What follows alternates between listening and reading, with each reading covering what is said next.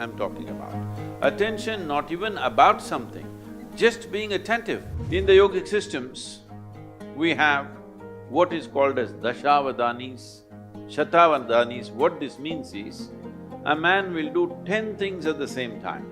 Now, when you don't miss a thing, everybody thinks you're some kind of a superhuman being. We can give you very dynamic processes through which you can scale up your attention to a higher and higher level. The question is, what means focus to you, and which way can we apply focus in our daily life? So what's your definition of focus? Okay. There are many ways to describe this word. Instead of saying focus, if you use the word attention, would you agree that attention and focus are about the same thing? There is a little difference. There are nuances to it. But when you say focus,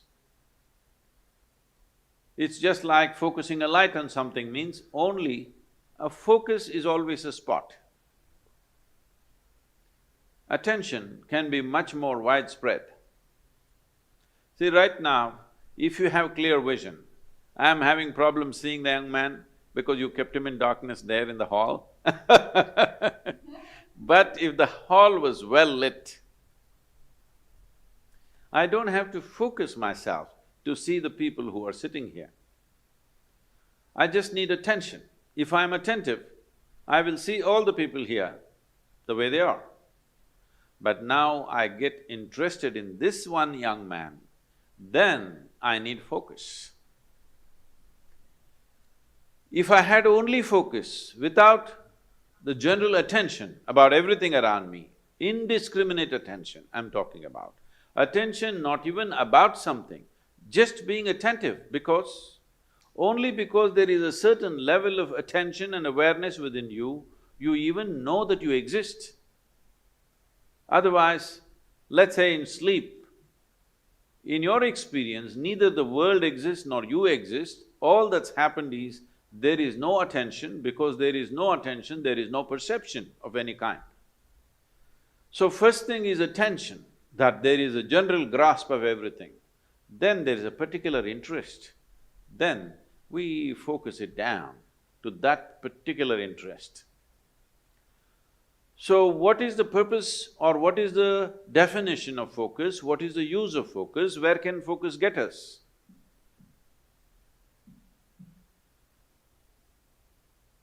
We are focusing on something only because our attention is not keen enough. If our attention was very keen, you would not need to focus on anything. In the yogic systems, we have what is called as dashavadanis, shatavadanis. What this means is, a man will do 10 things at the same time. Another man will do 100 things at the same time. This is, he will articulate a particular musical raga, at the same time he will calculate a very complex arithmetic problem, at the same time he will write poetry, at the same time like this he will do 10 things or 100 things. There are people like this.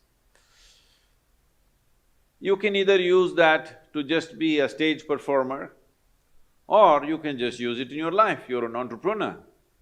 It's very important, if you're walking on the street, you're able to see something that most other people cannot see. That is when you become a leader, because you are able to see things others are yet to see. That is when you take up a leadership position, because essentially leadership means you're on a perch. Once you're on a perch, you must see better than others. So attention is that dimension which will put you on that perch. If your attention has to be very keen about everything, then you should stop discriminating in terms of, I like this person, I don't like this person, this is good, this is bad, this is nice, this is not nice, this is useful, this is not useful. If you do not make any kind of discrimination, You just work on your attention, not about being attentive about something, just being super attentive, not about anything. See, right now if you increase the voltage in this hall where you're sitting, when light comes on, light is not thinking in terms of whom should I focus on. When light comes on, everything that is there in that room will be seen. This is important. This is a very important aspect of yogic process is that we go on working on our attention, that we keep on keying up our attention to a higher and higher level, a higher and higher voltage and intensity. Now, we don't encourage focus because focus means consolidate all that attention and put it on one person. Suppose you invested your entire focus on one spot and you found nothing worthwhile in that spot, what will you do at the end of your life? This is what is happening to most lives. Now, you just work on making your attention itself so keen that even if somebody focuses on something, they won't be that keen.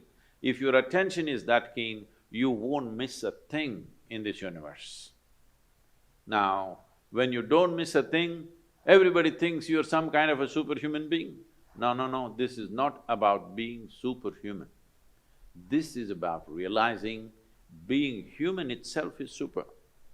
So, if you cultivate your attention, we can give you very dynamic processes through which you can scale up your attention to a higher and higher level. How clearly you see determines how successfully you walk this life, there's no question about it. How much lack of clarity there is in you, that much blundering you will do in your life. Simply there is no question about this. So, if one has to first of all, work towards cultivating this attention, first thing is you stop your sense of discriminatory looking, that you don't look at this person, oh, this is a man, this is a woman, this is a dog, this is that. Simply pay attention without any judgment.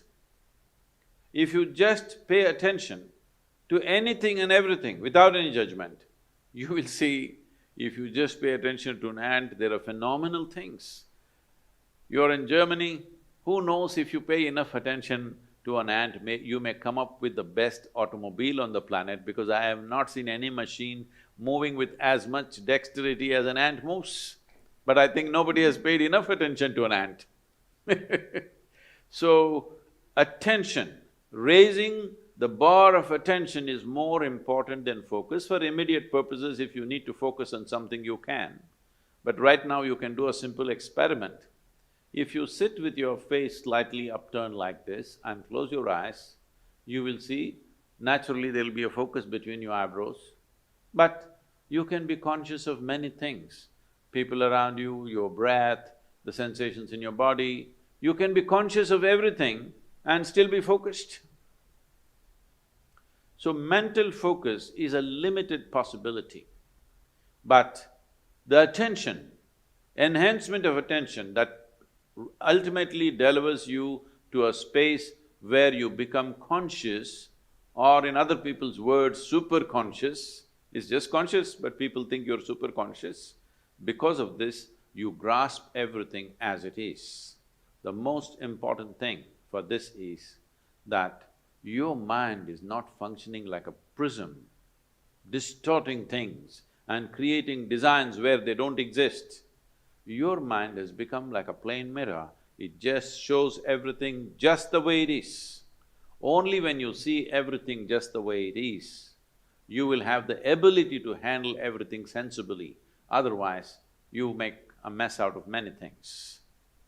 And this is very important for an entrepreneur because you don't have a job